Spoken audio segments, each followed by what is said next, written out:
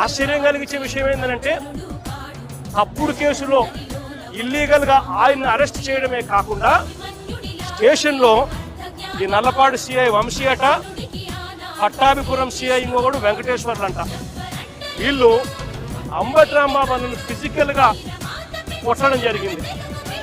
Physical గా ఒక మంత్రిని కొట్టడం, అబ్యూజ్ చేయడం. నిజంగా ఏం ప్రజాస్వామ్యంలో ఉన్నామా లేదా అని ఆలోచన చేయమని అడుగుతా ఉన్నా నేను. ఎల్లకాలం ఈ ప్రభుత్వం ఉండదు. దాదాపుగా 200 మంది సిఐలు, ఎస్ఐలు, డిఎస్పీలు ఇటువంటి వాళ్ళు బీఆర్లో ఉన్నారు. మీ ప్రభుత్వంలో మీరు వీళ్ళందరినీ కూడా పక్కన పెట్టిన పరిస్థితిలో వాళ్ళంతా ఉన్నారు.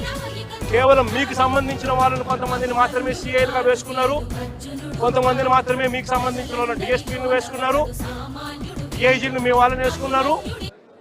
ఎస్పీలు గత్యంతరం లేక మీకు ఊడిగం కాస్తా ఉన్నారు.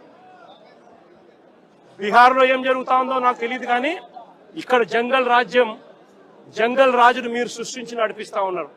కానీ నేను అందరికీ కూడా ఒకటే చెప్తా ఉన్నా, ఎల్లకాలం ఇదే మాదిరిగానే జరగదు. 2 ఏళ్ళు కన్ను మూసుకుంటే అయిపోయింది, మరో 3 ఏళ్ళు కూడా కన్ను మూసుకుని కన్ను తెరిచేసరికి మరో 3 ఏళ్ళు కూడా అయిపోతుంది.